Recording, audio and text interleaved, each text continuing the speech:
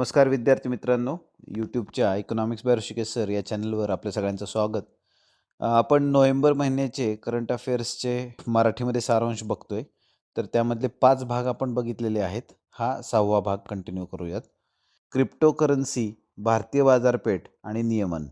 भारतीय क्रिप्टोकरन्सी बाजाराचा वाढता आकार आणि गुंतवणूकदार. सविस्तर सारांश बघा. बाजाराचा आकार भारतातील क्रिप्टो मार्केट 2024 मध्ये $2.6 अब्ज होते आणि 2035 पर्यंत ते $15 अब्ज वाढण्याचा अंदाज आहे. 17% ग्रोथ रेट असणार आहे. गुंतवणूकदार भारतात सुमारे 11.9 कोटी क्रिप्टो गुंतवणूकदार आहेत. विशेषतः तरुण पिढी जेनझी 18 ते 25 वयोगट यात आघाडीवर आहे, 37.6%. दिल्ली, बंगळुरू आणि मुंबई ही काही प्रमुख केंद्रे आहेत. नियमनाचा अभाव आहे, रेग्युलेटरी व्हॅक्यूम ज्याला म्हणतो आपण. भारतात क्रिप्टोकरन्सीसाठी कोणताही केंद्रीय कायदा नाही. कर रचना सरकारने 2022च्या बजेटमध्ये क्रिप्टो नफ्यावर 30% कर आणि व्यवहारांवर 1% TDS लावला. भारतातील क्रिप्टो बाजारातील धोके आणि परिणाम. या करामुळे भारतीय एक्सचेंजेसवरील व्यापाराचे प्रमाण व्हॉल्यूमनुसार 97% घटले आहे आणि गुंतवणूकदार जे आहेत ते परदेशी प्लॅटफॉर्मकडे वळलेले आहेत, जिथे सुरक्षा कमी आहे. पंप आणि डंप स्कीम्स, बनावट एक्सचेंजेस आणि हॅकिंगच्या घटना वाढल्या आहेत. FIU जे आहे, फायनान्शियल इंटेलिजन्स युनिटने अनेक एक्सचेंजेसना PMLA अंतर्गत नोटीस पाठवली आहे, ज्याच्याबद्दल आपण माहिती मागील भागामध्ये बघितलेली होती. जागतिक स्तरावर क्रिप्टो नियमांची स्थिती. युरोपमध्ये MICA, markets in crypto asset सारखे स्पष्ट नियम आहेत, तर चीनने पूर्ण बंदी घातलेली आहे. भारत मात्र अजूनही मधल्या मार्गावर आहे. भारतातील क्रिप्टो व्यवहारांसाठी नियामक चौकट. प्राप्तिकर कायद्यानुसार क्रिप्टो, NFT ज्याला नॉन फंजिबल टोकन्स म्हणतो, यांना VDA म्हणजे व्हर्च्युअल डिजिटल ॲसेट, आभासी डिजिटल मालमत्ता म्हणून वर्गीकृत केलेले आहे. क्रिप्टो एक्सचेंजेसना आता FIUकडे नोंदणी करणे अनिवार्य आहे. तर ह्या गोष्टी आपल्याला क्रिप्टोच्या संदर्भात, त्याच्या नियमनाच्या संदर्भात लक्षात ठेवणं गरजेचं आहे. आंतरराष्ट्रीय संबंध आणि व्यापार. रुपयाचे आंतरराष्ट्रीयकरण. Deeper trade ties will help internationalise the rupee. आता इथे इंटरनॅशनलाइज द रुपी म्हणजे आपल्याला थोडंसं माहिती पाहिजे की डॉलरायझेशनचा ट्रेंड गेल्या काही वर्षांपासून चर्चेत आहे आणि अशातच मग रुपयाला आंतरराष्ट्रीय पातळीवरती मान्यता मिळावी आणि भारताचा आंतरराष्ट्रीय व्यापार जो आहे तो रुपयामध्ये व्हावा, या दृष्टिकोनातून भारताचे काही उपक्रम आहेत. रुपयाचे आंतरराष्ट्रीयकरण. रुपयाचा वापर आंतरराष्ट्रीय व्यापारात वाढवण्यासाठी RBI प्रयत्नशील आहे. स्थानिक चलन सेटलमेंट. भारताने UAE आणि इंडोनेशिया, मॉरिशस आणि मालदीवसोबत स्थानिक चलनात व्यापार करण्यासाठी करार केलेला आहे. यामुळे डॉलरवरील अवलंबित्व कमी होईल.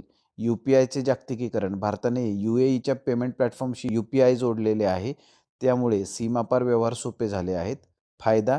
यामुळे विनिमय दराची जोखीम कमी होते आणि भारतीय निर्यातदारांना त्याचा फायदा होतो. चीनच्या आर्थिक सामर्थ्याची कमकुवत बाजू बघा.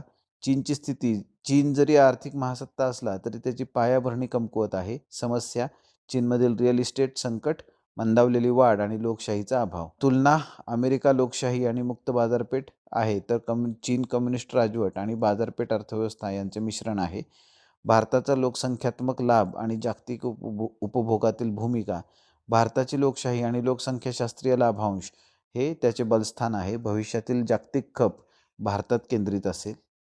युरेशियन आर्थिक संघ, EAUA जे म्हणते, युरेशियन इकॉनॉमिक युनियन, त्यासोबतचा मुक्त व्यापार कराराचा आढावा घेऊयात.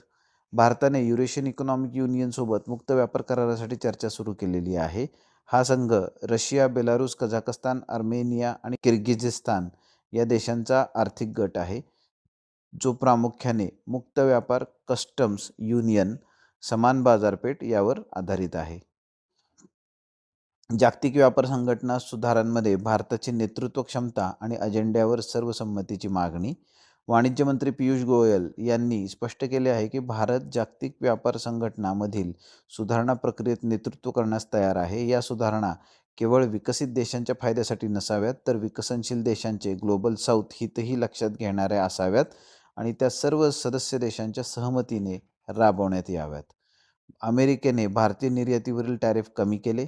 अमेरिकेचे अध्यक्ष डोनाल्ड ट्रम्प यांनी 200हून अधिक अन्नपदार्थांवरील टॅरिफ मागे घेतले आहे. याचा फायदा भारतीय चहा, कॉफी, मसाले आणि काजू निर्यातदारांना होईल. यापूर्वी 50% टॅरिफमुळे निर्यातीला फटका बसला होता. निर्यात वाढीसाठी FDI आणि व्यापार विविधीकरणाचे महत्त्व. नीती आयोगाच्या अहवालानुसार गुणवत्ता नियंत्रण आदेशांच्या मुळे MSME क्षेत्राला कच्चा माल मिळण्यात अडचणी आल्या आणि निर्यात स्पर्धात्मकता कमी झाली. निर्यातीला चालना देण्यासाठी QCOs ऐवजी थेट परकीय गुंतवणूक आकर्षित करणे आणि व्यापाराचे विविधीकरण करणे जास्त फायदेशीर ठरेल.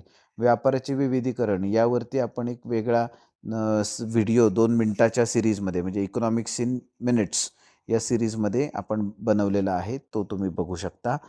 QCOजमुळे देशांतर्गत बाजारात काही मोठ्या कंपन्यांची मक्तेदारी वाढली आहे. म्हणजे मार्केट कॉन्सन्ट्रेशन झालंय असं म्हणायचंय. त्यानंतर बघा पुढचा मुद्दा आहे टियर 2 बॉन्ड्सद्वारे बँकांची भांडवल उभारणी. Bank saying fund raise via tier 2 bonds.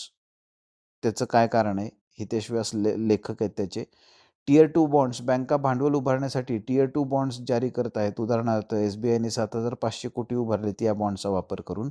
आणि त्याचं कारण काय? तर कर्जाची मागणी वाढत आहे. बँकांचा भांडवली आधार मजबूत करणे हे त्याच्यामागचं उद्दिष्ट आहे. डिसेंबरमध्ये RBI रेपो रेट कमी करेल या अपेक्षेने गुंतवणूकदार लांब मुदतीच्या बॉन्ड्समध्ये गुंतवणूक करण्यात उत्सुक आहेत. ठीक आहे. आता UPSCसाठी पार्श्वभूमी काय? तर टियर 2 बॉन्ड्स काय माहीत असलं पाहिजे. हे बँकांचे दुय्यम भांडवल असते. टियर 2 बॉन्ड्स हे बँका दीर्घकालीन भांडवल उभारण्यासाठी जारी करतात. हे भांडवल बँकेची भांडवली पर्याप्तता मजबूत करण्यासाठी वापरले जाते. Capital adequacy ratio, Basel norms ह्या कन्सेप्ट आपल्याला माहिती असल्या पाहिजेत. थोडक्यात कॅपिटल ॲडिक्वसीचा जर मुद्दा समजून सांगायचा झाला तर लक्षात घ्या की जर बँक जेव्हा कुठल्याही व्यक्तीला किंवा संस्थेला जेव्हा कर्ज देते, ते ज्या प्रकारचं कर्ज असेल आणि त्याची जोखीम ज्या पद्धतीनं असेल त्या प्रमाणामध्ये त्यांना स्वतःच्या भांडवलातील काही रक्कम त्या कर्जाच्या रकमेच्या अगेन्स्ट राखीव ठेवावी लागते. तर त्याला आपण कॅपिटल ॲडिक्वसी असं म्हणत असतो.